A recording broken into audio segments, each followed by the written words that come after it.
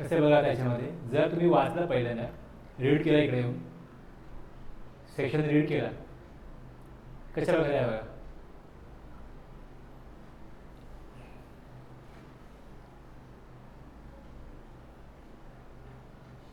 थोडं वेळ द्यायला लागतो तर मग आपल्याला प्रॉपर कळतं. जर तुम्हाला वाटलं सर की तुम्ही थोडं फास्ट घेतलं बरोबर कळलं नाही किंवा आत्ता पण जरी ऐकलं तुम्ही 12 मिनिटाचा व्हिडिओ होता त्यात पण तुम्हाला असं वाटलं की थोडं कालच्या पेक्षा थोडंसं क्लिअर झालं पण तरी पण जर का वर्ड टू वर्ड रीड केलं motor vehicles for transportation of persons having approved seating capacity of not more than 13 persons including driver एवढाच भाग आहे याच्यामध्ये इन्क्लुडिंग ड्रायव्हर याचा अर्थ एवढाच काय निघतो. आणि वरती काय दिलं आहे की इनपुट टॅक्स क्रेडिटचा विषय input tax credit shall not be available in respect of the following me motor vehicle transportation of persons having approved trading capacity of not more than 13 persons including the driver. म्हणजे अशा motor व्हेकलचं input tax credit मिळणार नाही. आता जर का अशा प्रकारचं statement आहे तर ह्याच्यामधनं आपल्याला काय लक्षात येतं आपण इनपुट टॅक्स क्रेडिट कुठल्या सप्लायचं घेतो. तुमच्याकडे एक इन्व्हर्ट सप्लाय आहे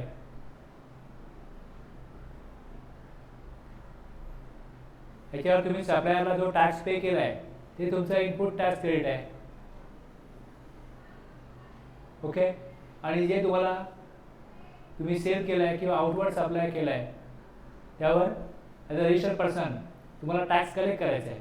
मग आउटवर्ड सप्लाय करून तुम्ही टॅक्स कलेक्ट केला आहे पण जो टॅक्स कलेक्ट केला आहे ती तुमची लायबिलिटी आहे जी गव्हर्नमेंटला पे करायची.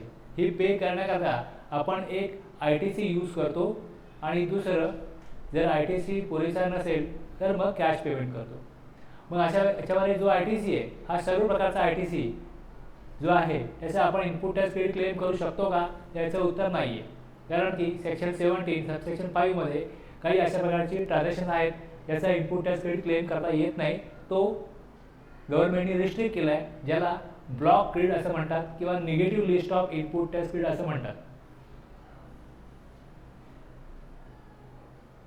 तुम्हाला एकदा आशय समजला विषय कळला की कशाबद्दल आपण आता काय विचार करतो आणि काय आपल्याला सांगितलं जात आहे तर मग पुढे सवण सोपं जाईल.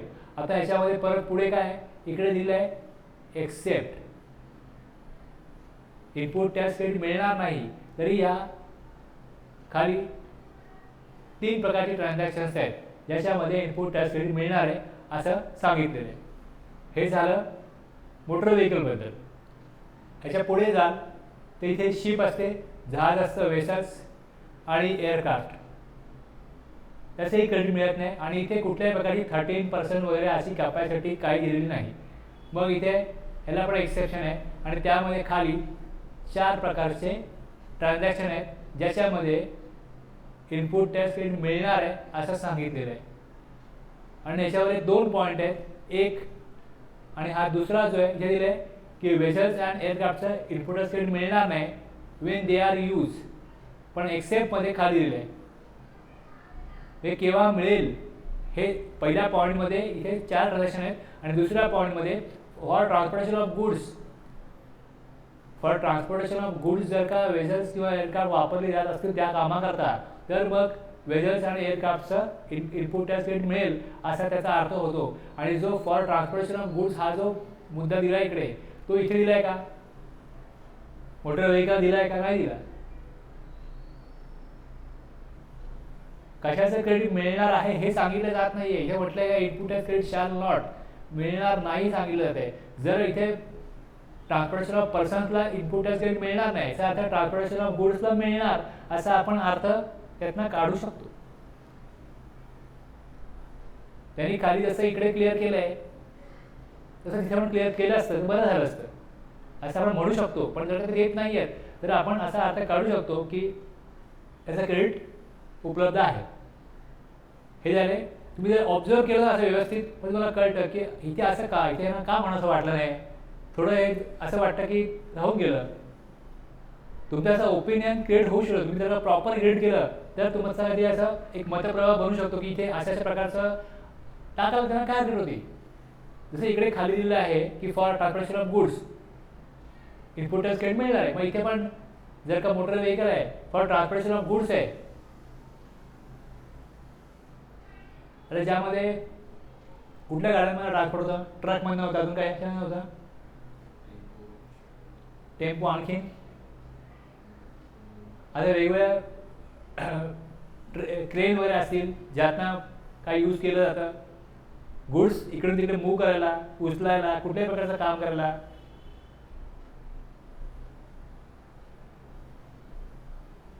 दिलं असतं तर क्लिअर झालं असतं, पण आपण त्याचा अर्थ काढू शकतो की त्याने रिस्ट्रिक्ट केलेलं नाहीये, म्हणजे याचा अर्थ सगळ्या गुड्सचं क्रेडिट मिळणार आहे.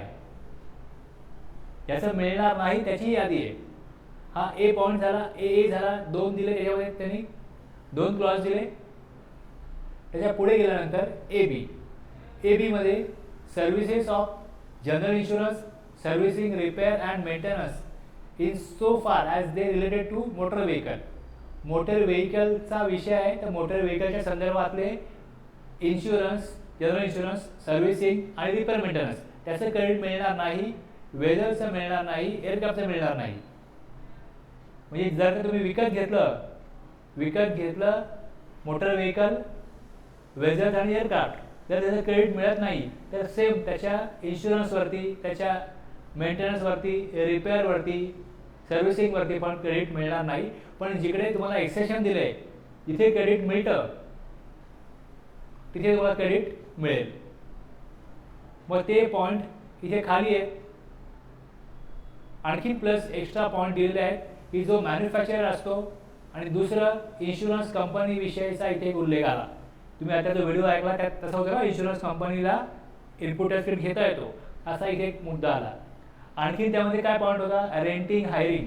तो रेंटिंग हायरिंग बघा इथे कुठे आतापर्यंत आलेलं नाही. रेंटिंग हायरिंग कुठे आहे तर या बी मध्ये, आणि बी मध्ये फक्त तेवढाच भाग नाहीये तर इथे फूड आणि beverages, outdoor catering, beauty treatment, health services, cosmetic and patisserie आणि ह्याच्याबरोबरच लिझिंग, रेंटिंग और hiring of motor vehicle, weathers और aircraft referred to in clause A और क्लॉज ए. एवढे इथपर्यंतचे पॉईंट्स आहेत. याचं इनपुट टॅक्स क्रेडिट रिस्ट्रिक्ट केलेलं आहे आणि परत त्याला पुढे जाऊन एक्सेप्शन आहे. When use for the purpose specified there in life insurance and health insurance. आणि इथे परत एक प्रोव्हिजन आहे, provided that input tax credit in respect of such goods or services or both shall be available where an inward supply of such goods or services or both is used by a registered person for making an outward taxable supply of the same category of goods or services or both.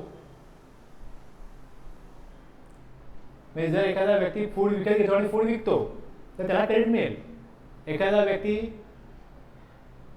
Catering service देण्याकरता दुसऱ्याकडनं catering service घेत असेल तर त्याला input tax credit मिळेल. Beauty treatment आहे, ही service जर का एका थर्ड पर्सनने घेतली त्याला क्रेडिट मिळत नाही, पण जो सर्व्हिस प्रोव्हाइड करतो तो ती सर्व्हिस देण्याकरता काही सर्व्हिस दुसऱ्याकडनं घेत असेल तर त्याला क्रेडिट मिळेल. आणि दुसरं असं आहे की or as an element of taxable composite or mix supply. आता जर एखादी कंपनी आहे, मग काल सांगितलं की विमानामध्ये जेवण मिळतं तर तिकिटामध्ये त्यांना घेऊन जाणं डेस्टिनेशनला, प्लस त्यांना त्या प्रवासामध्ये काही फूड आणि बेवरेजेस प्रोव्हाइड करत असतील तर ते फ्री असतं त्यामध्ये. मग जर का त्या प्रकारे फूड आणि बेवरेजेसचे पैसे घेतलेले आहेत त्या तिकिटामध्ये, मग जर प्रवाशांना देण्यासाठी ते फूड किंवा बेवरेजेस परचेस करत असतील तर त्याचं क्रेडिट मिळेल. पण जर एम्प्लॉई करता फूड घेत असतील, एम्प्लॉईला जेवण देण्याकरता फूड घेत असतील तर त्याचं क्रेडिट मिळणार नाही. जर आउटवर्ड सप्लायमध्ये टॅक्स क्रेडिट होतोय तर इनवर्ड सप्लायमध्ये जो टॅक्स दिलाय त्याचं क्रेडिट मिळतं. पण एम्प्लॉई घेणार आणि ते कन्झ्युम करणार, पण टॅक्स काय देणार नाही. फूड जर एम्प्लॉय करता दिलं, कॅटरिंग सर्व्हिस जर एम्प्लॉय करता दिली, कॅन्टीन बनवलं ज्यामध्ये एम्प्लॉई जेवतात आणि एम्प्लॉई त्याला फ्री मील असतं, तर त्या केसमध्ये टॅक्स मिळत नसेल एम्प्लॉईकडनं, तर मग त्या फूडसाठी जो खर्च झाला आहे त्याच्यावर जो टॅक्स दिला आहे त्याचा इनपुट टॅक्स क्रेडिट क्लेम करता येणार नाही. अशा प्रकारे तुम्ही वाचलं तुमच्या लक्षामध्ये येऊ शकतं जर वेळ देऊन वाचलं तर. आणि तुम्हाला जिथे जे शब्द आढळेल मग त्या विषयावरती तुम्ही एखादा व्हिडिओ बघाल तर कोणी काय सांगितलंय का, काय बोललेत का, अशा प्रकारे तुम्ही जर वेळ दिला तर मग तुम्हाला एक एक प्रोव्हिजन एक एक तरतूद क्लिअर होते. पण हे खूप वेळ दिल्याशिवाय तुम्हाला ती लेवल तो स्तर प्राप्त होणार नाही, लक्षात घ्या. मी सहज एकदा ऐकलं आणि कळलं असं होत नसतं. कारण लॉ आहे तो. आपण शब्दामध्ये काहीतरी सांगतोय, शब्दामध्ये काहीतरी मांडतोय, पण त्याचा आशय जो असतो तो फार गुंतागुंतीचा असतो. त्यातून जे सांगायचं जे पोचवायचं आहे ते खूप गुंतागुंतीचं असतं. त्यामुळे नक्की त्या शब्दामधनं त्यांना काय प्रतीत करायचं आहे किंवा काय ॲक्च्युली रिस्ट्रिक्ट करायचं आहे किंवा काय अलाव करायचं आहे हे तुम्हाला पुन्हा पुन्हा वाचल्यानंतर किंवा कोणाकडनं तरी ऐकल्यानंतर ते क्लिअर होईल. त्यामुळे असं एकदा आपण बोलतो तेव्हा पटकन काही गोष्टी अशा क्लिक होत नाहीत. थोडं कळतं आणि थोडंसं मग परत असं वाटतं की नाही कळलं. तुम्हाला एक प्रकारचं समाधान त्यानं मिळत नाही संपूर्णपणे. काल बोललो याच्यावरती, आज तुम्हाला एक व्हिडिओ दाखवला मी तुम्हाला, त्यातनं परत तुम्हाला एक मी अनुभव दिला की तुमचं समाधान झालंय का, तुम्हाला कळलंय का हे. मग जर तुम्हाला कळतंय की आपल्याला बेसिक क्लिअर झालंय पण अजून पूर्णपणे त्याचं आकलन झाल्याचं वाटत नाही, तोपर्यंत तुम्ही त्याला स्टडी केला पाहिजे. आणि जर तुम्हाला मी नोट्स देऊन पण तुम्ही एकदाही त्या बघत नसाल आणि व्हिडिओ अपलोड करून पण ते बघत नसाल तर मग दोष कोणाचा.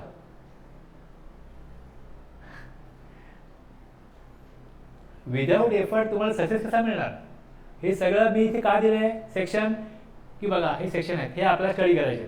आता हेच पुढे समजण्याकरता प्रेझेंटेशन प्रत्येकाचं, जो कोण सांगतो, जो कोण समजून घेतो, जो आपल्या नोट्स काढतो त्याचं प्रेझेंटेशन कसं असेल प्रत्येकाचं वेगळं असेल. आता मला वाटलं की ABI आणि AB एकत्र घ्यावं. मी जसं व्हिडिओ बघितला त्यामध्ये मोटर व्हेकल किंवा वेजल्स आणि एअरक्राफ्टबद्दल एकत्रच पॉईंट घेतलाय. तसंच मी काय केलं इकडे A आणि B मधला, B मध्ये apart from general insurance servicing आणि रिपेअर मेंटेनन्स मोटर व्हेकलचे आहेत, त्या व्यतिरिक्त आणखी पण पॉईंट आहेत. पण आता आपण बघतोय कुठलं मोटर व्हेकल.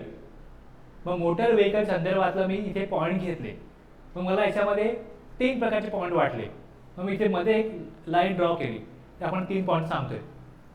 AB1 आणि AB मिळून आपण 3 पॉईंट सांगतोय. Motor vehicle for transportation of persons having approved sitting capacity. आणि ह्या ब्लॉकमध्ये काय, ह्या कॉलममध्ये क्रेडिट मिळणार नाही आणि इथल्या कॉलममध्ये क्रेडिट मिळेल. नॉट ब्लॉक आहे म्हणजे क्रेडिट अवेलेबल आहे. Wien ITC is available and not block, हा कॉलम हे सांगतोय.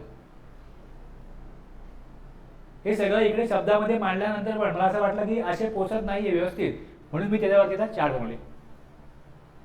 चार्ट बनवतो. आता मला सांगा तुम्हाला काय आता क्लिअर होतं की नाही बघा. मोटर व्हेकलचा विषय use for transportation of persons. Use for transportation of person असेल तर ITC not allowed Wien approved sitting capacity including driver is 13 or लेस. हा एक विषय आहे. दुसरा use for transportation of goods. इथे उल्लेखच नाही, मोटर व्हेकलमध्ये गुड्सचा उल्लेखच नाही. गुड्ससाठी त्यांनी ब्लॉक केलेलं नाहीये, म्हणजे गुड्सचं ITC allowed without any restriction असं आपण म्हणू शकतो. असं इंटरप्रेट त्यांना करू शकतो. दुसरं, जर इन्शुरन्स काढला, general insurance, servicing, repair and maintenance, तर जे याचे सप्लायर आहेत त्यांच्याकडे आउटवर्ड सप्लाय आहे. तुम्ही रिसिपियंट आहात, तुमच्याकडे कार आहे, तुम्ही काय करणार, इनवर्ड सप्लाय घेणार ना, मग त्यावर GST लागून येणार.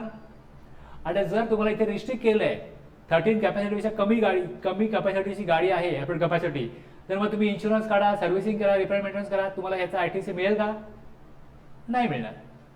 पण तेच इथे गुड्ससाठी आहे, ITC अलाउड आहे. मग त्या व्हेकलला जर का ITC अलाउड आहे ट्रान्सपोर्टेशन ऑफ गुड्स, दुसरं मग general insurance, servicing, repair maintenance ह्याचा पण तुम्हाला इम्पोर्टन्स क्रेडिट मिळणार. तिसरं काय होतं, जर ती गाडी विकत घेण्याची समजा कंपनीची तयारी नाहीये तर ते काय करतात, रेंटमध्ये घेतील. त्याला काम तर करायचं आहे आपलं. मग ती leasing, renting or hiring of motor vehicle जर घेतली असेल, इनवर्ड सप्लाय घेतलेला आहे, त्याच्यावरती GST पे केलाय, याचे इनपुट टॅक्स क्रेडिट रेसिपियंटला अवेलेबल आहे का रिस्ट्रिक्ट आहे.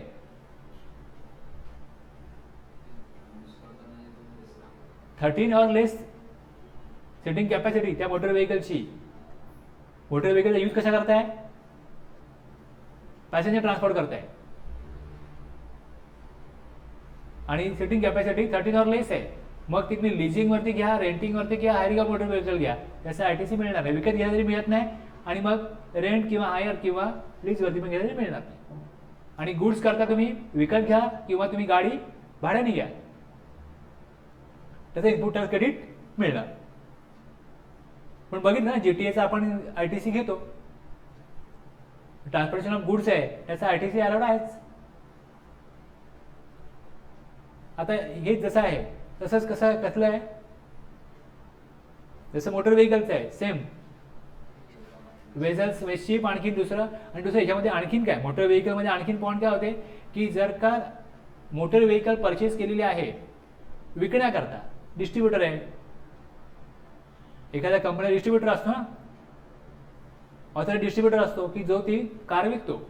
मॅन्युफॅक्चरिंग करणारी कंपनी काही कार विकत ना, ते आपले डीलर नेमतात, डीलरकडनं आपण व्हेकल परचेस करतो. मग when such motor vehicles are use for further supply of such vehicle or transportation of passengers or imparting training on driving of such motor vehicle. Okay, समजा तुम्ही एखादी ट्रान्सपोर्ट कंपनी काढली आणि तुमच्याकडे 4-5 car आहेत, तुम्ही वेगवेगळ्या कंपनीना वगैरे कुठे कुठे त्या कार भाड्याने देत असाल, तर मग ट्रान्सपोर्टेशन ऑफ पॅसेंजर आहे त्यावर तुम्ही जीएसटी कलेक्ट करणार आहात. मग जर तुम्ही त्या आउटवर्ड सप्लाय देण्याकरता कार विकत घेतली असेल तर त्याचा जीएसटी तुम्ही जो पे कराल सप्लायरला, डीलरला, त्याचा इनपुट टॅक्स क्रेडिट मिळेल.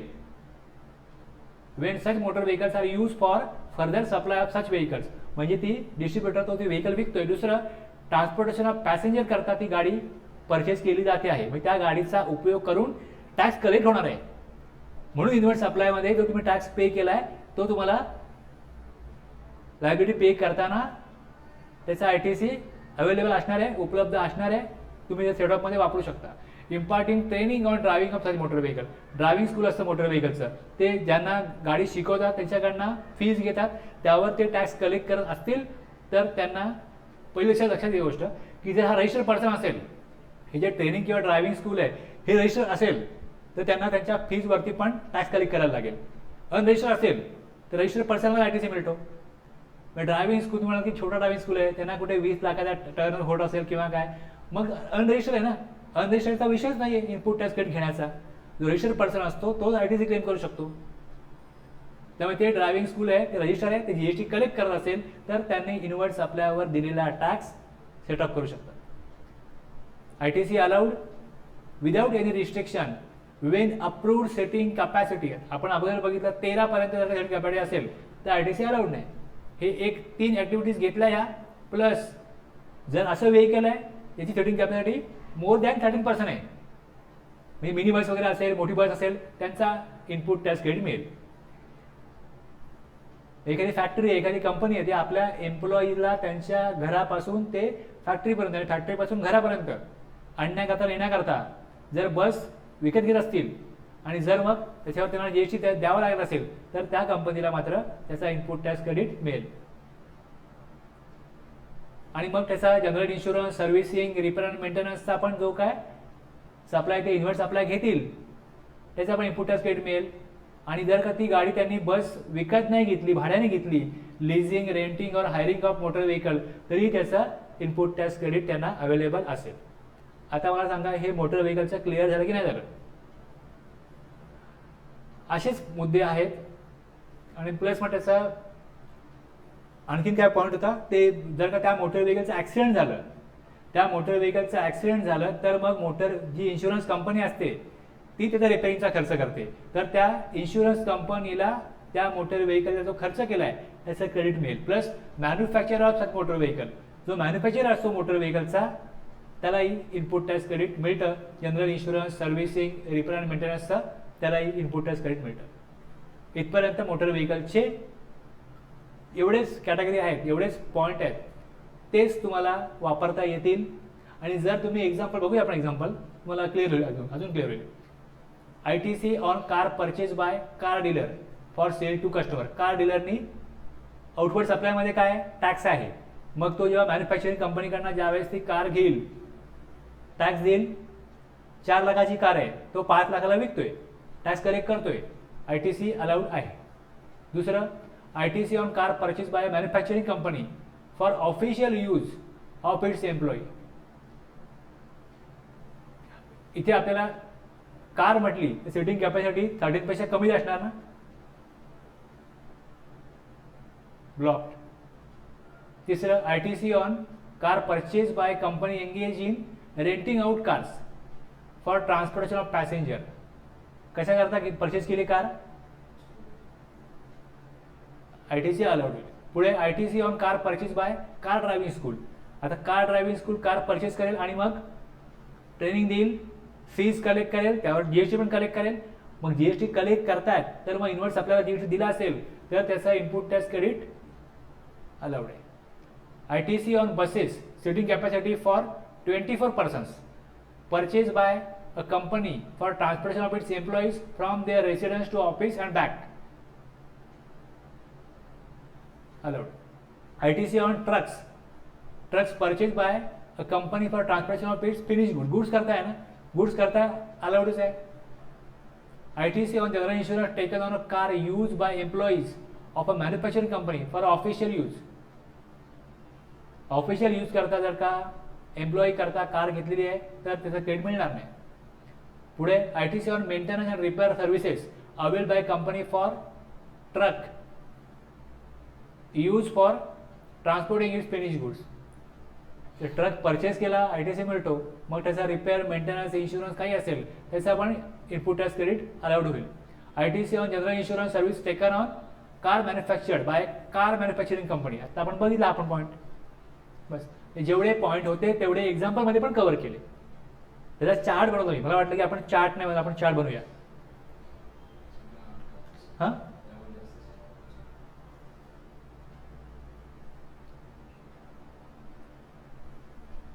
ह्यात पण मी 3 पॉईंट काढले आता की ITC मिळणार नाही. तुम्ही वेसल्स आणि एअरक्राफ्ट परचेस करा, इथे 13 persons वगैरे काय कॅपॅसिटी येत नाही.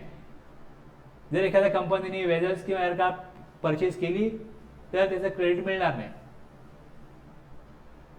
सर्व्हिसेस ऑफ, आता हे कोणाकरता परचेस करतात ते तर पर्सनच्या ट्रान्सपोर्ट करता, पर्सन्सला घेऊन जाण्याकरता. ते जर गुड्स करता असेल तर त्याचं क्रेडिट मिळणार आहे. ट्रान्सपोर्टेशन ऑफ गुड्स असेल तर क्रेडिट मिळणार आहे. मग याच्यावरनाच सेम तसंच तिकडे स्ट्रक्चर बनवलं चार्टचं आणि त्याचप्रमाणे घेतलं की use for transportation of persons तर मग ITC not allowed. Use for transportation of goods ITC allowed without any restriction. आता इथे पर्सन्स करता ITC मिळत नाही, मग पर्सन्स करता मिळत नसेल वेजल्स किंवा एअरक्राफ्टला तर मग त्याचा इन्शुरन्स, त्याचं लिझिंग, रेंट काही घ्या, कशाही प्रकारे तुम्ही इन्व्हर्ट सप्लाय घ्या, कुठला इन्व्हर्ट सप्लाय घ्या, त्याचा इनपुट टॅक्स क्रेडिट मिळणार नाही. पण जर ट्रान्सपोर्टेशन ऑफ गुड्स करता तुम्ही वेजल्स किंवा एअरक्राफ्ट घेत असाल तर मग त्याच्यात तुम्हाला इन्शुरन्स, सर्व्हिसिंग, रिपेअर मेंटेनन्स किंवा ते लीजवरती घ्या, रेंटवरती घ्या, हायर करा, त्याचा ITC अलाउड होईल. ओके. मग या इकडे आपण ठेवलंय क्रॉस, नाही मिळणार. इथे आपण अवेलेबल आहे. समजलं ना.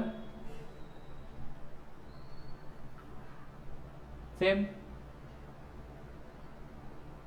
when vessels and aircraft are used for further supply of such vessels or aircraft किंवा ट्रान्सपोर्टेशन ऑफ पॅसेंजर्स किंवा imparting training on navigation of such vessels चालवण्याचं ट्रेनिंग दिलं जातं त्याच्याकरता ती घेतलेलं आहे. आणि दुसरं इम्पार्टिंग ट्रेनिंग, इम्पार्टिंगचा अर्थ आहे प्रोव्हाइड, पुरवण्याकरता, देण्याकरता किंवा प्रदान. हिंदी शब्द किंवा मराठी शब्द काय प्रदान. Imparting training on flying such aircraft.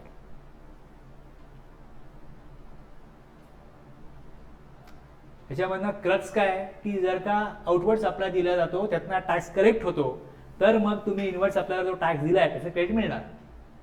या 4 ॲक्टिव्हिटीजमध्ये आउटवर्ड सप्लाय होत असेल तर त्यातनं जे काही चार्जेस लावले जातील, ज्यांना सप्लाय देऊ त्यांना रिसिपियंटकडनं टॅक्स मिळणार आहे. रिसिपियंटकडनं टॅक्स मिळणार आहे तर तुम्ही इनवर्ड सप्लाय घेताना तुम्ही जो सप्लायला टॅक्स दिलाय तो तुम्ही इनपुट टॅक्स क्रेडिट म्हणून क्लेम करू शकता. Insurance, servicing, repair and maintenance in the manufacture of such vessels or aircraft, in the supply of general insurance services in respect of such vessels or aircraft insured by him. ह्या पॉईंटचा काय अर्थ आहे? जर त्या वेझल्सचं किंवा एअरक्राफ्टचं कुठल्याही प्रकारचं काही नुकसान झालं तर त्याचं सर्व्हिसिंग, रिपेअर, मेंटेनन्स करायला लागला तर रिपेअर मेंटेनन्स जो व्यक्ती करेल तो कोण भरेल? इन्शुरन्स कंपनी भरेल. मग इन्शुरन्स कंपनीला त्याचा इनपुट टॅक्स क्रेडिट अवेलेबल आहे. Same manufacturer of such vessels and एअरक्राफ्टला पण इन्शुरन्स, सर्व्हिसिंग, रिपेअर, मेंटेनन्सचं इनपुट टॅक्स क्रेडिट अवेलेबल आहे. ITC on aircraft purchased by a manufacturing company for official use of its CEO. CEO करता काय घेतलं? एक helicopter घेतलं तर मग त्याचा इनपुट टॅक्स क्रेडिट ब्लॉक आहे. ITC on aircraft purchased by an aviation school providing training on flying aircrafts. Training करता घेतलंय तर त्याचा इनपुट टॅक्स क्रेडिट मिळेल. Repair and maintenance services of aircraft use by director of a company for official use. Purchase करा, input tax credit मिळणार नाही. मग त्या एअरक्राफ्टचं रिपेअर, मेंटेनन्स करा, इनपुट टॅक्स क्रेडिट मिळणार नाही. ITC on the insurance services taken on vessels manufacture by vessel manufacturing company. जी बनवते ती शिप त्यांना इन्शुरन्स सर्व्हिस घेतली तर त्याचं इनपुट टॅक्स क्रेडिट अलाउड आहे. ITC on maintenance and repair services availed by company for aircraft use for transporting its finish goods. Goods करता घेतला असेल, एअरक्राफ्ट घ्या, वेझल्स घ्या, गुड्स करता घेतला असेल तर त्याचा ITC अलाउड आहे. ITC on maintenance and repair services availed by company for aircraft use for transporting its finish goods. गुड्सच्या ट्रान्सपोर्ट करता जर का तुम्ही मोटर व्हेकल घ्या, वेझल्स घ्या किंवा एअरक्राफ्ट घ्या त्याचा इनपुट टॅक्स क्रेडिट मिळेल. मग त्याचा रिपेअर मेंटेनन्सचा मिळेल, त्याचा इन्शुरन्सचा मिळेल. ITC on vessels purchased by company engaged in renting out vessels or transportation of passengers. त्यालाही ITC अलाउड आहे.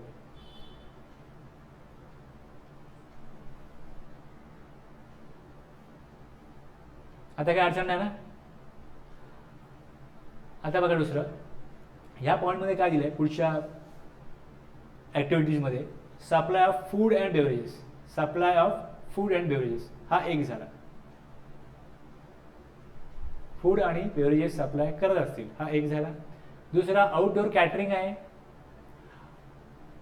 ब्युटी ट्रीटमेंट आहे, हेल्थ सर्व्हिसेस आहे, कॉस्मेटिक अँड प्लास्टिक सर्जरी केली जाते आहे, लिझिंग, रेंटिंग और हायरिंग ऑफ मोटर व्हेकल्स, वेझल्स और aircraft हा आपण इकडनाच पॉईंट घेऊन तिथे वापरला. तो याच्यामधला ॲक्च्युली पॉईंट आहे, पण आपण एकत्रितपणे तिकडे B1 मधला हा पॉईंट त्या संदर्भातला होता म्हणून डिस्कस तिकडे केला. Life insurance and health insurance. Inward supply घेतला याचा इनवर्ट सप्लाय कोण घेईल? एखादी कंपनी आहे, एखादी पार्टनरशिप फर्म आहे, एखादी प्रोप्रायटरी फर्म आहे, ती काय करणार? याचा इनवर्ट सप्लाय घेणार. त्यांना क्रेडिट मिळणार आहे का? क्रेडिट ब्लॉक आहे. पण जर एखादा आउटडोर कॅटरिंग, समजा एखाद्या लग्नाचं एखाद्या कॅटरला कॉन्ट्रॅक्ट मिळतं तर त्यामुळे समजा त्याला 10-12 वेगवेगळे पदार्थ बनवायचे.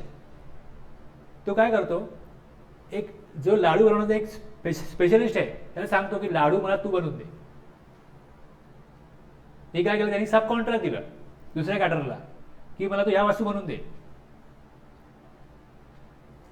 आता अशा वेळेला आउटडोर कॅटरिंग ही सर्व्हिस आहे.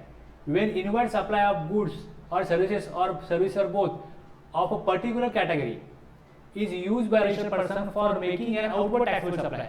outward taxable supply करण्याकरता म्हणजे जर का मला कॉन्ट्रॅक्ट मिळाले त्या लग्नाचं, तिकडे मला लाडू बनवून द्यायचे, ते लाडू बनवून देण्याकरता मी इनवर्ट सप्लाय दुसऱ्याला दिला, सब कॉन्ट्रॅक्ट दिला, तर मला त्याचा इनपुट टॅक्स क्रेडिट अवेलेबल आहे. ओके. पण समजा एखादी कंपनी आहे, तिथे एखादं समजा ॲन्युअल फंक्शन आहे, त्या ॲन्युअल फंक्शन करता त्यांना त्या वस्तू बनवून दिलेल्या आहेत, तर त्यांना फूड अँड बेवरेजेसचं इनपुट टॅक्स क्रेडिट मिळणार नाही.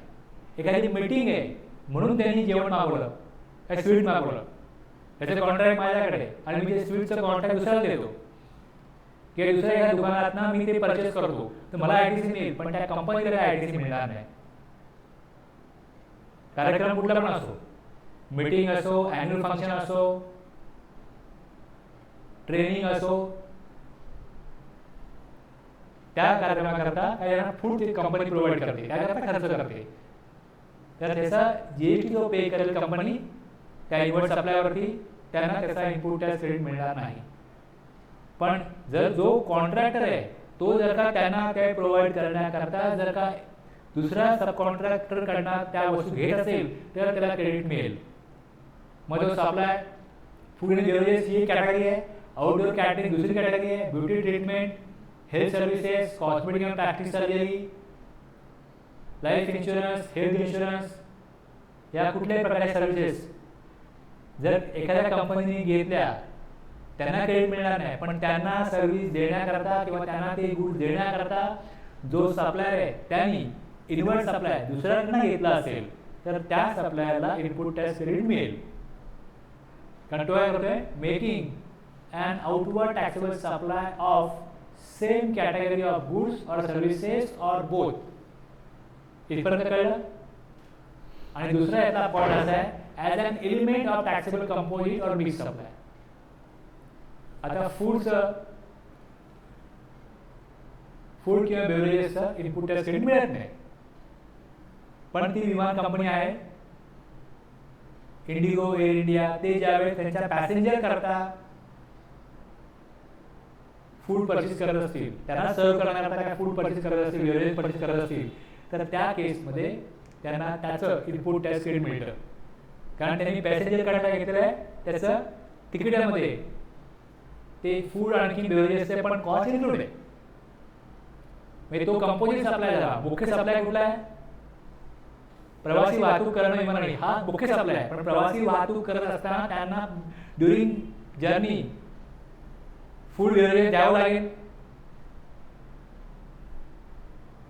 अशा काही सर्व्हिस ते देत असतात, त्यामध्ये तो कंपोजिट सप्लाय. ट्रेन आहे, ट्रेनमध्ये लांब पल्ल्याचा प्रवास आहे तर ट्रेनमध्ये पण आपल्याला काय मिळतं, अशा काही गाड्या आहेत ज्यामध्ये तुम्हाला जेवण फ्री मिळतं. राजधानी एक्सप्रेस वगैरे कुठल्या गाड्या आहेत ना, त्यामध्ये मिळतं ना जेवण.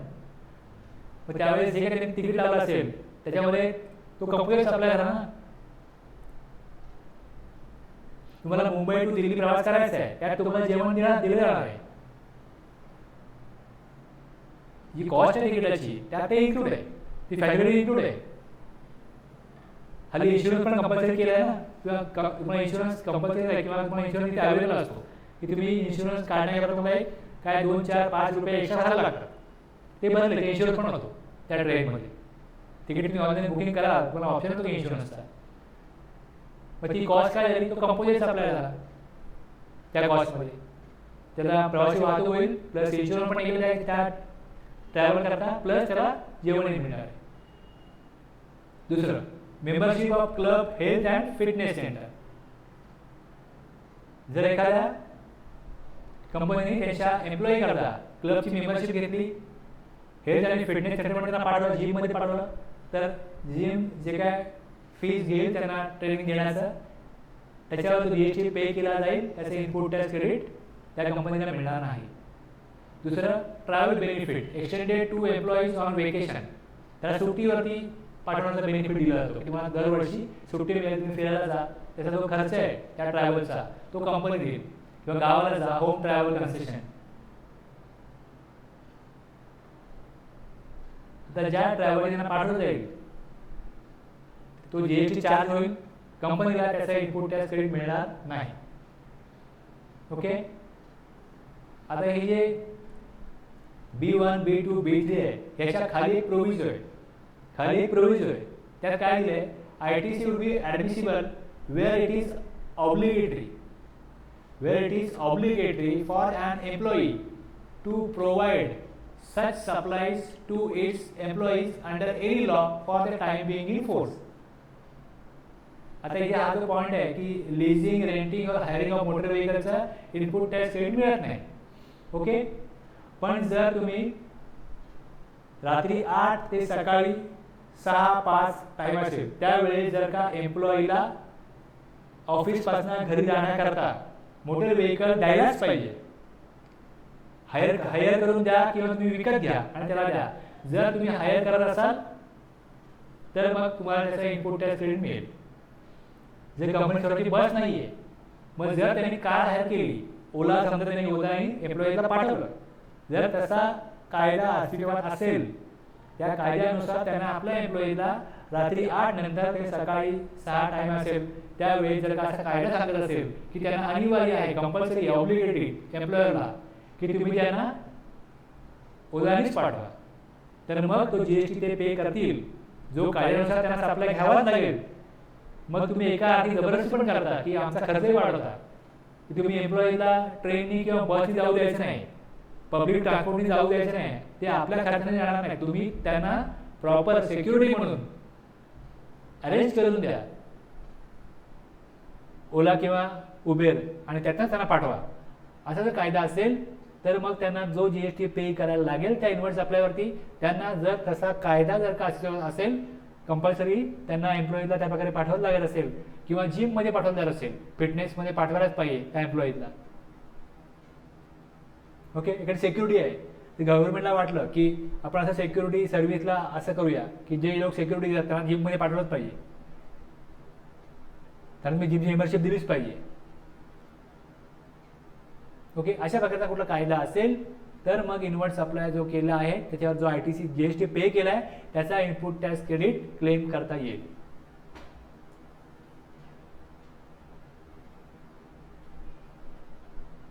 आता आपण कॅटरिंग सर्व्हिस बघितला, सांगितलं तुम्हाला, तसंच एक्झाम्पल पण आहे. Mr Raje a caterer for wedding gives subcontract of panipuri stall to Mrs Neeta. ITC of the tax paid by him to Mrs Neeta allowed. असते ना असं बऱ्याच वेळा की एखादं कॉन्ट्रॅक्ट मिळतं तर त्याला त्याच्याकडे जी काय कॉन्ट्रॅक्टमध्ये काय काय वस्तू पाहिजे हे सांगितले ते सगळे तो स्वतः बनवू शकत नसतो. मग दुसरे काय व्यक्ती बघतो त्यांना कॉन्ट्रॅक्ट देतो की पाणीपुरी तुम्ही द्या, लाडू तुम्ही बनवून द्या.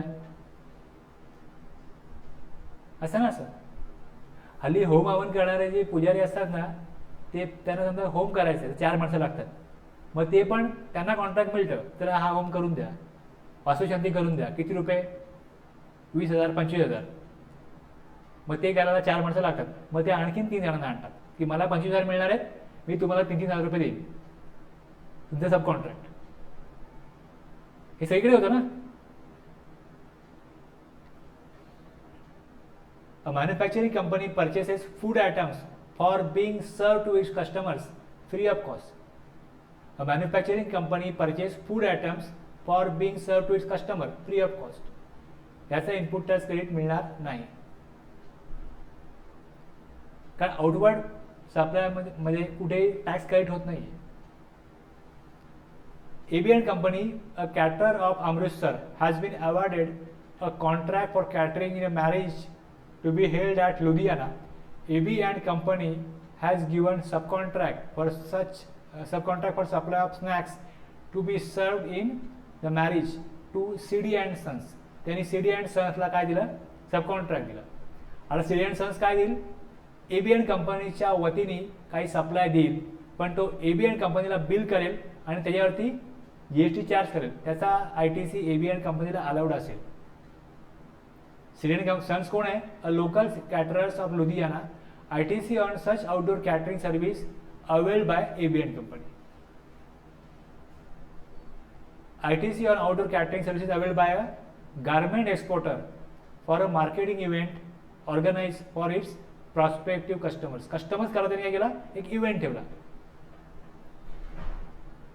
काही टूर्स ट्रॅव्हल्स कंपन्या असतात, ते काय करतात, त्यांच्या टूर्समधून ट्रॅव्हल्समधनं जे लोक असतात बऱ्याच वेळा प्रवास करत असतात किंवा बऱ्याच वेळा त्यांच्याकडे जाऊन वेगवेगळ्या टूर ज्यांनी केल्यात त्यांच्याकरता ते असं बघतात की 2-3 वर्षामध्ये कोण कोण लोक गेले आहेत आणि आता या 6 महिन्यात कोणी त्यातले कोण आलेले नाही आहेत.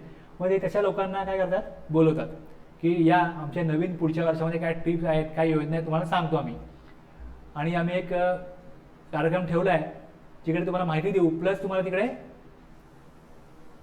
त्या माहितीबरोबरच दुपारी लंच घेऊनच जायचं. 11चा एक कार्यक्रम होईल, 1 वाजता तुम्हाला त्याचा लंचनी समारोप होईल.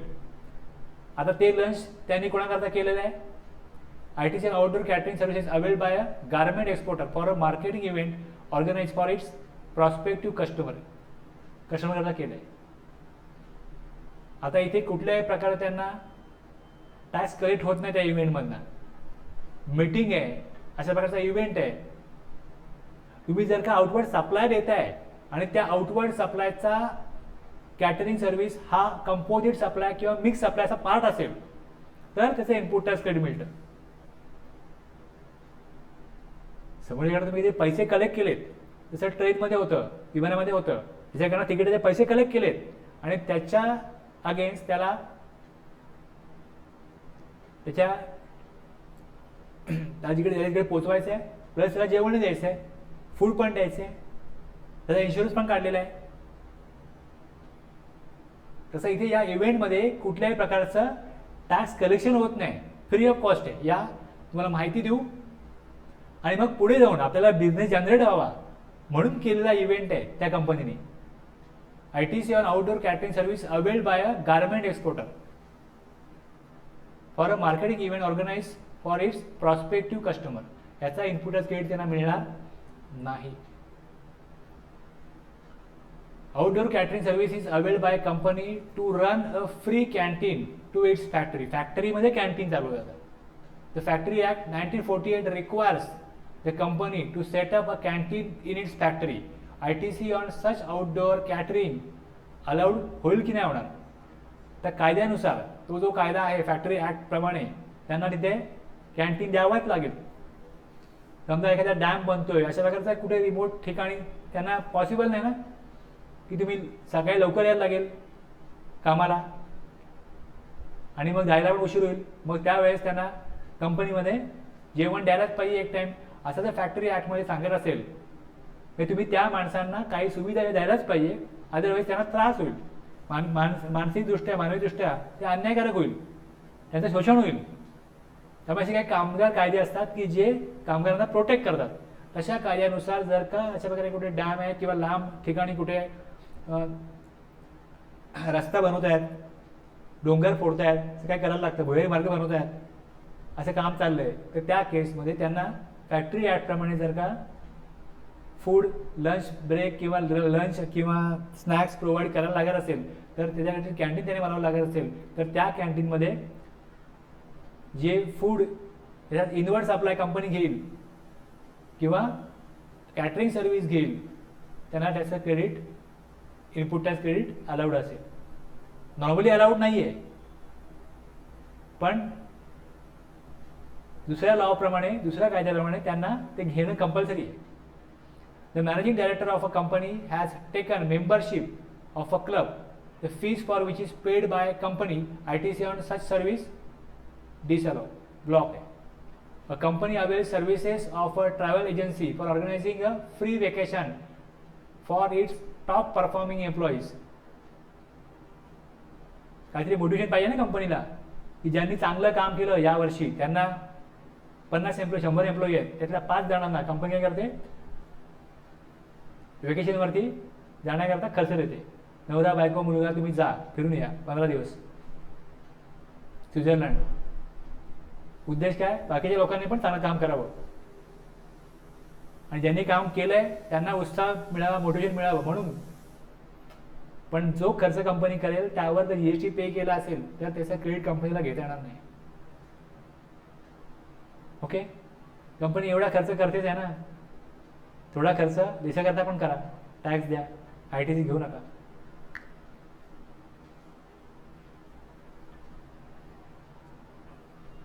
आणखी आता हा एक पॉईंट आहे तो महत्त्वाचा आहे. बाकी नंतर पुढे जास्त वेळ लागणार नाही आहे, त्याला वेळ लागेल. आपल्याला A आणि B मध्ये वेळ गेला म्हणजे A B वगैरे वेळ गेला. आता C मध्ये बघा काय work contract. Work contract service when supplied for construction of an immovable property.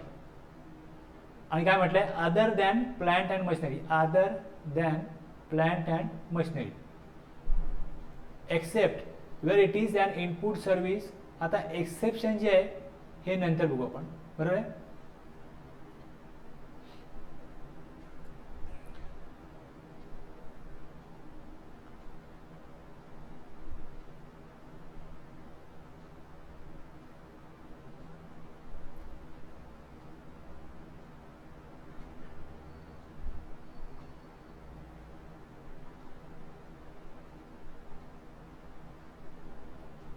Work contract service कशाला म्हणतात माहिती आहे? वर्क कॉन्ट्रॅक्टचं आपल्याकडे डेफिनेशन आहे.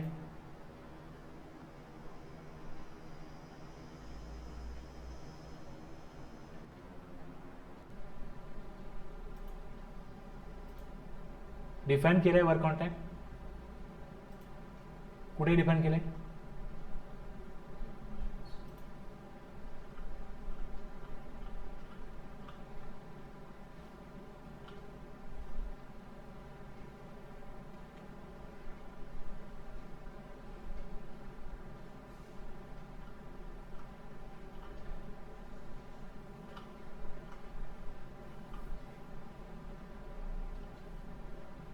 Work contract means contract for building.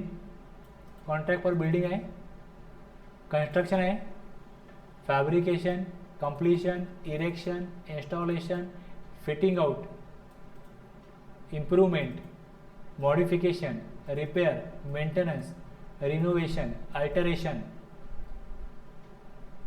Repair maintenance पण येतं ना, मॉडिफिकेशन पण येतं.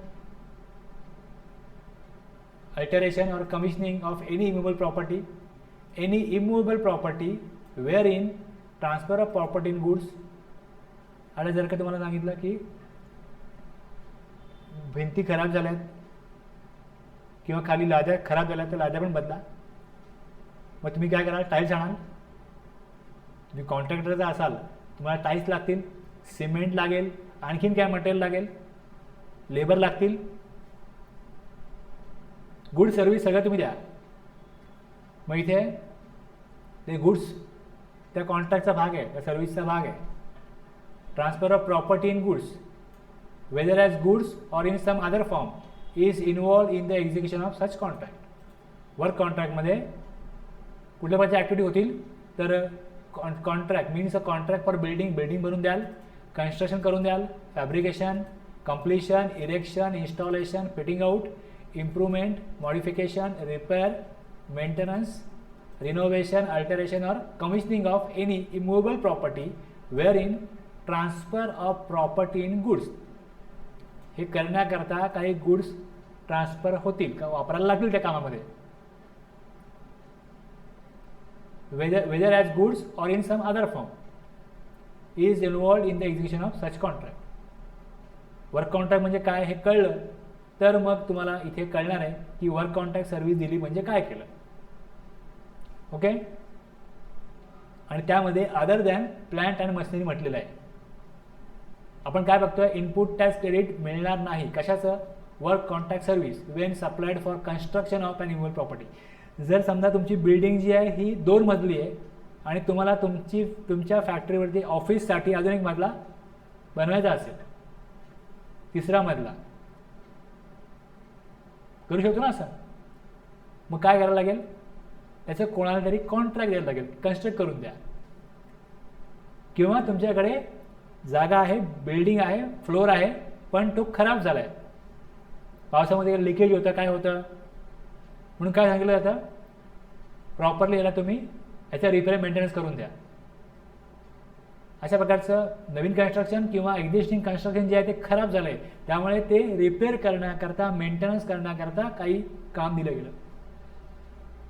Work contract service when supplied for construction of immovable property, त्याचा इनपुट टॅक्स क्रेडिट मिळणार नाही. ओके. आणि एक्सेप्शन काय त्याचं? अपवाद काय? Where it is an input service और for further supply of work contract service. आता समजा माझ्याकडे काही मला कॉन्ट्रॅक्ट मिळालं, माझ्याकडे काही लेबर आहेत, त्यांना यूज करून मी काय केलं? काम करून घेतलं. पण पेंटिंग करता माझ्याकडे कोण माणूस उपलब्ध नाही आहे. मी पेंटिंग कॉन्ट्रॅक्ट दुसऱ्याला दिलं की पेंटिंग करून दे, आणि त्यांनी पेंटिंग करण्याचं काय केलं? मला बिल दिलं, कारण तो माझा सब कॉन्ट्रॅक्टर आहे. मला कंपनीने काय सांगितलं? रिपेअर करून द्या, सगळं प्रॉपर करून द्या आणि पेंटिंग करून द्या. आता हे जे इमूव्हेबल प्रॉपर्टीवरती कॉन्ट्रॅक्ट दिलं गेलं आहे, where it is an input service, माझ्याकरता इनपुट सर्व्हिस आहे ना, for further supply of work contract service. Work contract service देण्याकरता मी काय करतो? एक इनपुट सर्व्हिस घेतो, मला त्याचा इनपुट टॅक्स क्रेडिट मिळेल. पण तुम्ही कंपनी आहात, तुम्हाला क्रेडिट अलाउड नाही आहे. क्लियर है. ITC on work contract service for construction of immovable property is available only in the following 3 situations. Normally work contract सर्व्हिसचं इनपुट टॅक्स क्रेडिट ब्लॉक आहे, पण इनपुट टॅक्स क्रेडिट कधी घेता येईल. एक, when work contract service is availed by a work contractor for being use in providing the work contract service. तर मी आता सांगितलं की मला एक वर्क कॉन्ट्रॅक्ट मिळालं आहे एखाद्या कंपनीचं, तर कंपनीला ITC मिळणार नाही, पण मी 4 सब कॉन्ट्रॅक्टरकडनं काही कामं करून घेणार आहे, तर ते मला बिल करणार, त्याचं मला इनपुट टॅक्स क्रेडिट मिळणार. For construction of a plant and machinery. आता याच्यामध्ये एक्सेप्ट म्हटलं ना प्लांट अँड मशिनरी, जो वर्क कॉन्ट्रॅक्ट हे प्लांट अँड मशिनरीचं असेल तर in this case ITC is allowed to all recipients irrespective of their line of business.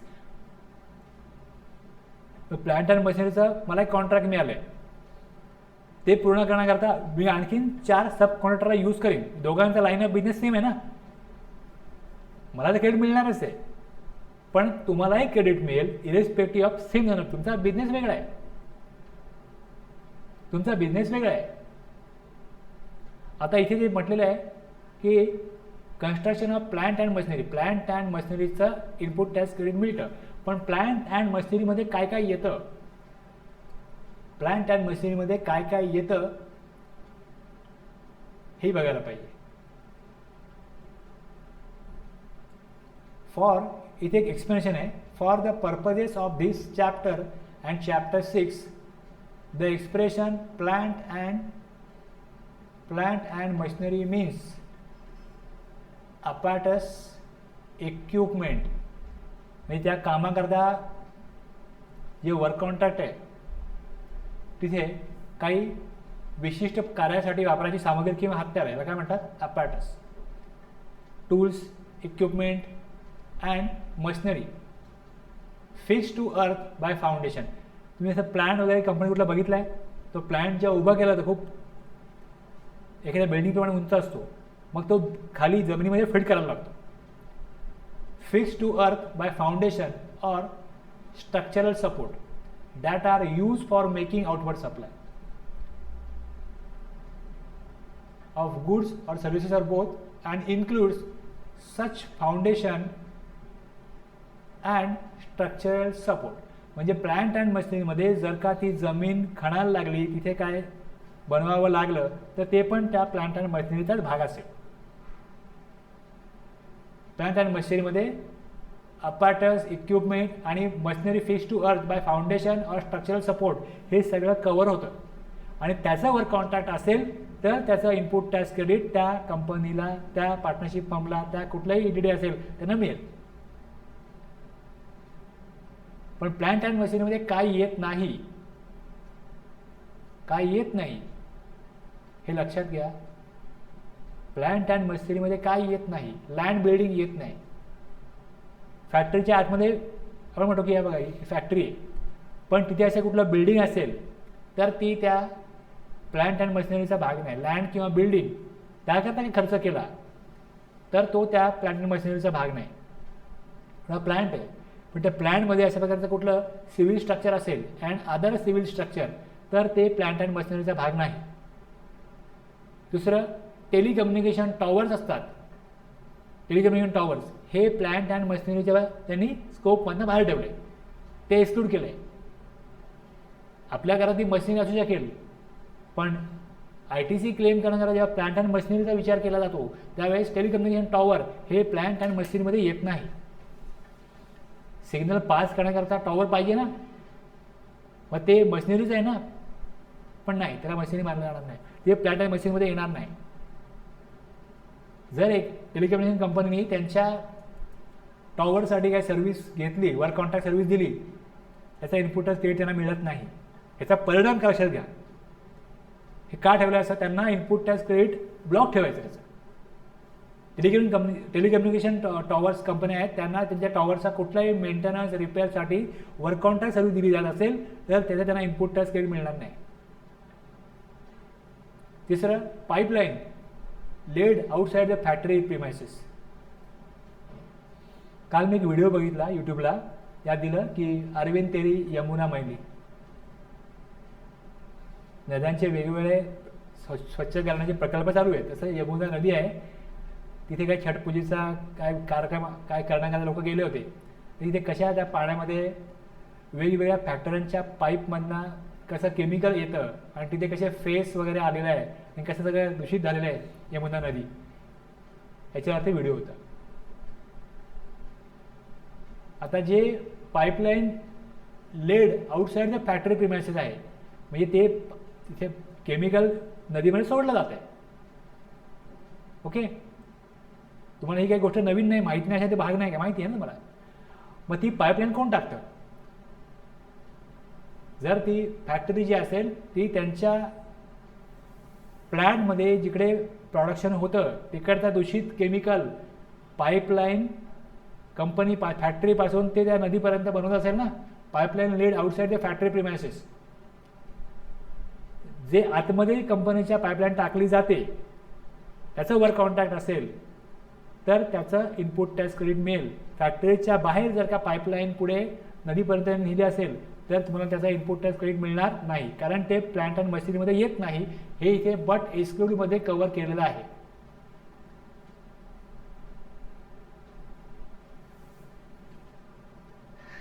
Mentally थकवा येतो ना, एका गोष्टीतून दुसरी गोष्ट, दुसऱ्यातून तिसरी, कळतं पण काय होतं, लक्ष द्यायला लागतं, थोडंसं कॉन्सन्ट्रेट करायला लागतं.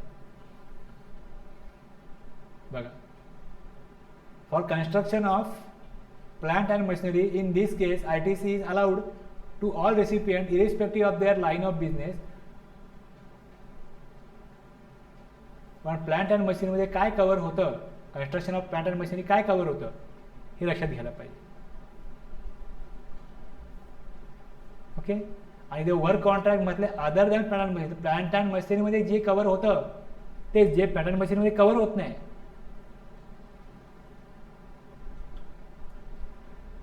When the value of work contract services is not capitalized, आता एक दुसरा नवीन विषय आला आहे. When the value of contract service is not capitalized, in this case ITC is allowed to all recipients irrespective of their line of business. आता जर का समजा थोडं पण इथे काय झालं, टाईल्स खराब झाल्या, तर टाईल्स थोड्या खराब झाल्या किंवा असं थोडंसं पेंटिंग वगैरे केलं तर हे आपण कुठे दाखवतो, हा खर्च कुठे दाखवतो, प्रॉफिट अँड लॉसला. छोटे मोठे तुम्ही खर्च कराल तर त्याचा ITC मिळतो. ते कॅपिटलाइज नाही करत, ते प्रॉफिट अँड लॉसला तो खर्च दाखवला जातो. समजा मी एक फ्लोअर एक्सटेंड केला, एक फ्लोअर एक्सटेंड केला तर तो बिल्डिंगमध्ये ती कॉस्ट ॲड होते, ती कॉस्ट बिल्डिंगमध्ये ॲड होते. किंवा अशा प्रकारचं समजा फॅक्टरीमध्ये काय कन्स्ट्रक्शन केलं तर ती फॅक्टरी प्रिमायसेस म्हणून तुम्हाला एक नवीन ॲसेट तिथे क्रिएट होते. तर काहीच नाही आहे, तिथे बिल्डिंग बांधली तर ते फॅक्टरी प्रिमायसेस म्हणून इथे क्रिएट होईल, त्याचा ITC मिळणार नाही.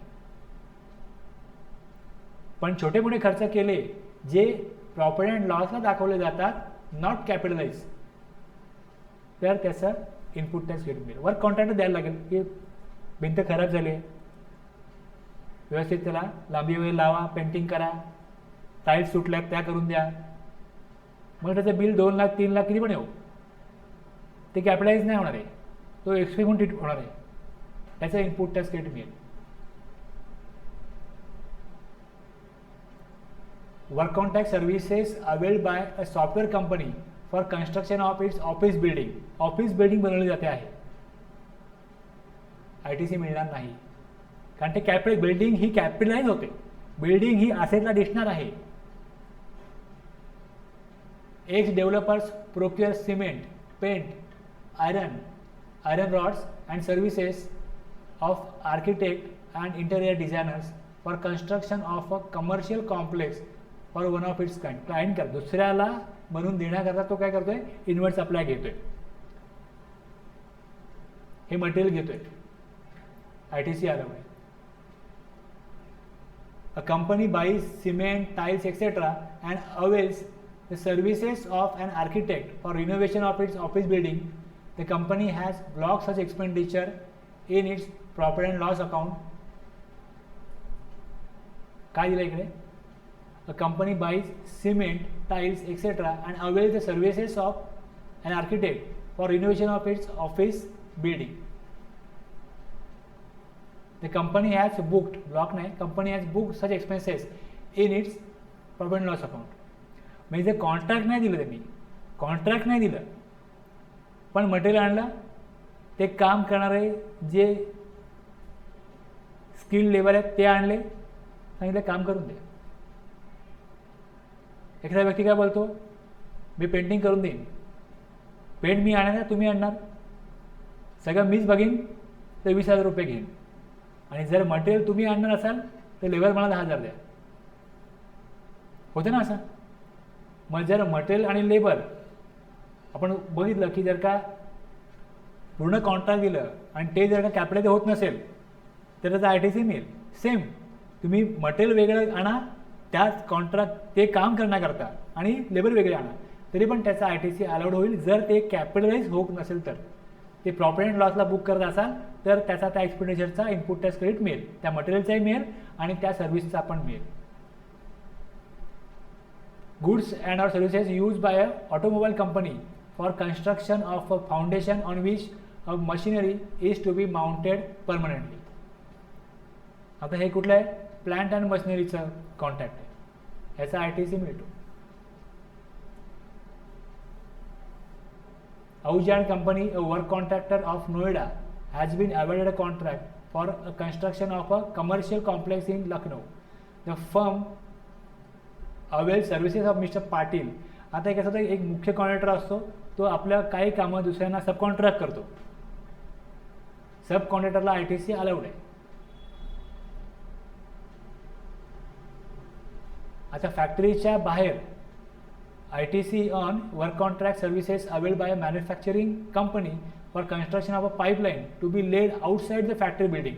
फॅक्टरी बिल्डिंगच्या बाहेर जे पाईपलाईनचं काम आहे त्याचं कॉन्ट्रॅक्ट दिलं आहे तर त्याचा ITC मिळणार नाही. सेम टेलिकम्युनिकेशन कंपनी आहे, has availed services of a work contract for repair of its office building.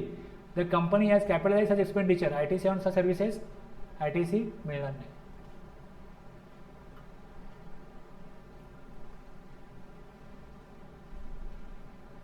आता इथे आपण जे सी मध्ये बघितलं की कॉन्ट्रॅक्ट दिलं जातं, तसं ते काम परफॉर्म करण्याकरता good services or both received by taxable person for construction of an immovable property on his own account including when such goods or services or both are use in the course or furtherance of business. त्यांनी स्वतःच्या अकाउंटला goods घेतले किंवा services घेतल्या किंवा दोन्ही घेतलं आणि ते काम निपटवलं. तुम्ही आयदर लमसम कॉन्ट्रॅक्ट द्या किंवा त्या कॉन्ट्रॅक्टमध्ये लागणारे गुड्स आणि सर्व्हिसेस सेपरेट परचेस करा ऑन ओन अकाउंट, म्हणजे त्या कंपनीने स्वतःच्या अकाउंटला घेतलं, त्यांना ITC मिळणार नाही. ओके, आणि तेच आपण एक्झाम्पल वरती पण कव्हर केले. आणि जर ते प्रॉफिट अँड लॉसला बुक करत असतील तर ITC मिळेल, तर ब्लॉक नाही आहे. जर कॅपिटलाइज होणं एवढं मोठं काम असेल तर ITC ब्लॉक आहे. हा परत त्यातला एक गुंतागुंतीचा मुद्दा आहे. एक्झाम्पल जी आहेत ही C आणि D दोन्ही मिळून कव्हर केलेली आहेत, हे आपण बघितलं इकडे. Okay, for construction of plant and machinery ITC on goods and or services use in construction of immovable property is available only in the following 3 categories. एक, for construction of plant and machinery ITC मिळेल. दुसरं, when the value of work contract service is not capitalise, expense म्हणून book केलं तर ITC मिळतो. When construction is not own account, स्वतः करता करत आहे, दुसऱ्याकरता करतोय, मी बिल्डर आहे किंवा मी कॉन्ट्रॅक्टर आहे म्हणून मी करतोय तर मला ITC मिळतो. स्वतः करता करत असेल तर मिळणार नाही. तो कॉन्ट्रॅक्टर आहे, स्वतः करता बिल्डिंग बनवतोय तर त्याला ITC मिळणार नाही.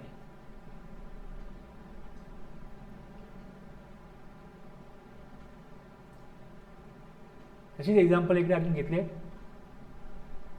आणि मग एक वेगळं स्पेशल इथे एक एक्झरसाइज दिलं आहे.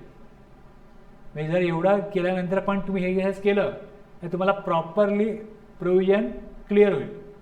हे मी तुमच्याकरता सोडून देतो की हे तुम्हाला इलिस्ट्रेशन बघायचं. 10 पॉईंट दिलेत. या 10 ट्रान्झॅक्शनमध्ये कुठे कुठे ITC अवेलेबल असेल, कुठे नसेल हे कळलं पाहिजे. एवढं सगळं आपण बघितल्यानंतर. ओके, आता पुढचं आपलं 10 मिनिटात संपणार आहे. आता वेळ लागणार नाही. कंपोजिशन डीलर जो असतो तो 1% टॅक्स गव्हर्नमेंटकडे जमा करतो, किंवा 5% जमा करतो, किंवा 6% जमा करतो. हे बघितलं ना आपण. जर तुम्ही इनवर्ट सप्लाय कंपोजिशन डीलरकडनं घेतला असाल, तुम्ही रिसिपियंट आहात कोणाचे, कंपोजिशन स्कीममध्ये रजिस्टर असलेल्या पर्सनचे. तो गव्हर्नमेंटला 1%, 5%, हॉटेल रेस्टॉरंटला, कॅटरिंग कॉन्ट्रॅक्टला आणि बाकी इतर 6% रेट आहे ना, आठवतं की नाही कंपोजिशन स्कीम. तो टॅक्स तो गव्हर्नमेंटला जमा करतो. कुठल्याही प्रकारे इनवॉइसवर तो टॅक्स लावत नाही, टॅक्स कलेक्ट करत नाही. जर कंपोजिशन स्कीममध्ये एखाद्या व्यक्ती रजिस्टर असेल, त्या सप्लायरकडनं जर का रिसिपियंटनी सप्लाय घेतला असेल, तर अशा गुड्स किंवा सर्व्हिसेसवरती कुठल्याही प्रकारचा टॅक्स पेड केला असेल नसेल सप्लायरने, रिसिपियंटने, त्याचे इनपुट टॅक्स क्रेडिट मिळणार नाही. पहिली गोष्ट, कंपोजिशन डीलर हा टॅक्स कलेक्ट करू शकत नाही, पण त्यांनी टॅक्स कलेक्ट केला तर चुकीचं आहे. तो नॉर्मल इनवॉइस देऊ विदाउट टॅक्स, किंवा फक्त बिल ऑफ सप्लाय देऊ. तुम्ही इनवर्ट सप्लाय घेतलेला आहे, कुठल्याही प्रकारचा रिसिपियंटला tax input tax credit claim घेता येणार नाही. बाकी आपण जेव्हा कंपोजिशन स्कीम बघितली तेव्हा बघितलं की कंपोजिशन डीलर जो असतो ITC मिळत नाही. त्याला इनवर्ट सप्लाय जो घेईल त्याला ITC क्लेम करता येत नाही. आणि कंपोजिशन डीलरकडनं जो कोण सप्लाय घेतो त्याच्यावरती कंपोजिशन डीलर फक्त आपलं कन्सिडरेशन सांगतो की मला एवढे चार्जेस माझे आहेत, त्यावरती वेगळा टॅक्स कलेक्ट करत नाही. पण तो 1% टॅक्स भरतो, म्हणून आपण 1% टॅक्स इनपुट टॅक्स क्रेडिट म्हणून घेऊया असा विचार करणारे पण लोक आहेत. हा सुपर थिंकिंग त्यांची एकदम. तो जो टॅक्स जमा करतोय तो आपल्याला सप्लाय करायला म्हणून जमा करतो ना, त्याला तर ITC मिळत नाही, आपण घेऊया 1% क्रेडिट. त्यांच्याकरता आहे की तुम्ही जर का कंपोजिशन स्कीम मध्ये जो रजिस्टर आहे त्याकडनं कुठल्याही प्रकारचा इनपुट इनवर्ट सप्लाय घेतला असेल तर त्याचा इनपुट टॅक्स क्रेडिट क्लेम करू नका. NRTP जो आहे, goods or services for both received bye non resident taxable person, त्याला फक्त इम्पोर्ट काही गुड्स केले तर त्याला क्रेडिट मिळतं, बाकीच्या वरती त्याला क्रेडिट ब्लॉक आहे NRTP ला. तुम्ही नंतर वाचा ना, तुम्हाला क्लिअर व्हायला पाहिजे म्हणून खाली काय एक्स्ट्रा पॅरामीटर इन्फॉर्मेशन दिलेली आहे.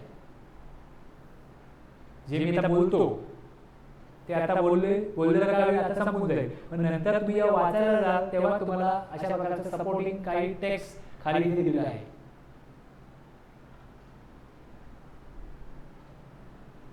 बिझनेस करताना तुम्ही गुड सर्व्हिसेस किंवा दोन्ही घेतलं तर त्याचा ITC मिळतो. पण जर इनवर्ट सप्लाय घेतलाय, पर्सनल कन्झम्पशनसाठी वापरला गेला तर त्याचे इनपुट टॅक्स क्रेडिट मिळणार नाही. Mister X owns a grocery store, grocery store आहे ना त्याचा, त्याने बिझनेस करायला घेतला, इनवर्ट सप्लाय घेतला. He procures rice, wheat and biscuits for being sold in its stores. Out of the inventory so purchased, he has taken 10 kgs of rice and wheat for household use. Being used for personal consumption, ITC on 10 kgs of rice and wheat is blocked. त्याचा ITC आणि घ्यायला नाही पाहिजे. आता एखादा mobile shop आहे आणि त्याला स्वतःचा फॅमिली करता एखादा मोबाईल पाहिजे असेल, तू काय करणार? आपल्या स्टॉकमधलाच घेणार ना. पण मग त्या जो स्टॉक त्यांनी विकला नाहीये त्याच्यावर तो टॅक्स कलेक्ट करत नाहीये, त्यांनी त्याचं इनवर्ट्स आपल्यावर तो टॅक्स पे केला, त्याचा इनपुट टॅक्स क्रेडिट घ्यायला नाही पाहिजे. तू परचेस केलं पण ते बिझनेस करता वापरत नाही, स्वतः करता कन्झ्युम करतोय. मग ते मटेरियल कुठलं पण असो, फर्निचर असेल, मोबाईल असेल, अशा प्रकारे ग्रोसरी असेल, काही असेल, ओके, त्याचा ITC त्याला ब्लॉक आहे.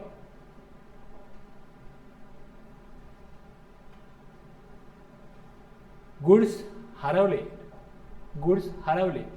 म्हणजे गुड्स विकले जाणार नाहीत.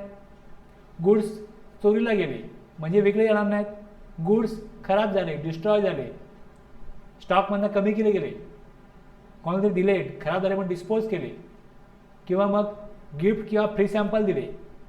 इन शॉर्ट, त्या गुड्सवरती तुम्ही जे इनवर्ट सप्लाय घेतला आहे ते गुड्स तुम्ही आउटवर्ड सप्लाय करताना टॅक्स कलेक्ट करत नसाल तर मग अशा गुड्सचा इनपुट टॅक्स क्रेडिट ब्लॉक आहे. Good dispose by way of gift, gift दिले, फ्री सॅम्पल दिले, गुड्स हरवले, लॉस, स्टोलन, चोरीला गेले, डिस्टॉर्ड गुड्स नष्ट झाले कुठल्याही प्रकारे, किंवा मग ते राईट ऑफ केले गेले, अशा गुड्सचा इनपुट टॅक्स क्रेडिट अवेलेबल नाही. Any tax paid on accordance with the provision of section 74, section 129, section 130, हे 3 सेक्शन जे आहेत. 174 गव्हर्नमेंट काय टॅक्स डिमांड करतं, कारण तुम्ही टॅक्स चुकीचा पे केला, RTC चुकीचा घेतला, फ्रॉड केला, फ्रॉडचा सेक्शन आहे 74. मग त्यामध्ये टॅक्स पेड केला नाही, टॅक्स शॉर्ट पेड केला किंवा फ्रॉड केला म्हणून काय टॅक्स पे करायला लागला तर त्या टॅक्सचं इनपुट टॅक्स क्रेडिट घ्यायचं नाही. दुसरं सेक्शन 129 आहे, detention, seizure and release of goods and convenience in transit. चुकीच्या प्रकारे गुड्स ट्रान्सपोर्ट केले त्यामुळे ते सीज केले मग रिलीज केले, त्याकरता या सेक्शनमध्ये काही चार्जेस पे करायला लागले त्याचे इनपुट टॅक्स क्रेडिट मिळणार नाही. Confiscation of goods or convenience and levy of penalty, a bill proper बनवलं नाही किंवा चुकीचं बनवलं म्हणून काय पेनल्टी वगैरे लागली असेल तर मग या 3 ठिकाणी तुम्ही ॲज पर लॉ काम करत नाही आहे म्हणून काही टॅक्स पेड करायला लागला, तो टॅक्स पेडच करायचा आहे, त्याचा इनपुट टॅक्स क्रेडिट नाही घ्यायचा.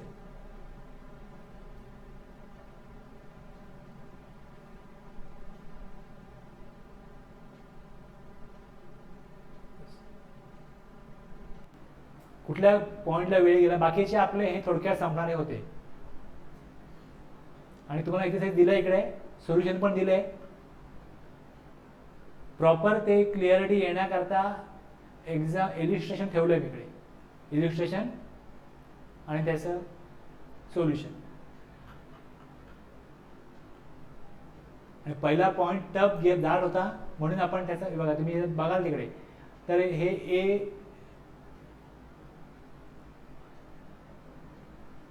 मोटर व्हेकलचा ए मध्ये वेझल्स आणि एअरक्राफ्ट, पुढे AB मध्ये general insurance, servicing, repair and maintenance, B मध्ये मग बाकीचे वेगवेगळे supply, food and beverages, outdoor catering, हे सगळं इथे येतं. आणि जे हायरिंग ऑफ मोटर व्हेकल तो इथना पॉईंट घेतला आपण, प्रोव्हिजो इथे आहे. आणि बी मध्ये 3 पॉईंट आहेत आणि प्लस त्याच्या पुढे प्रोव्हिजो आहे. वर्क कॉन्ट्रॅक्ट CD, त्याच्या खाली एक्सप्लेनेशन आहे कन्स्ट्रक्शन मध्ये काय येतं, गुड्स और सर्व्हिसेस, आणि पुढे मग आपण आता EFGH बघितले, हे आपले पटकन झाले. ABCDलाच वेळ गेला, जो वेळ गेला तो सगळा ABCDलाच गेला.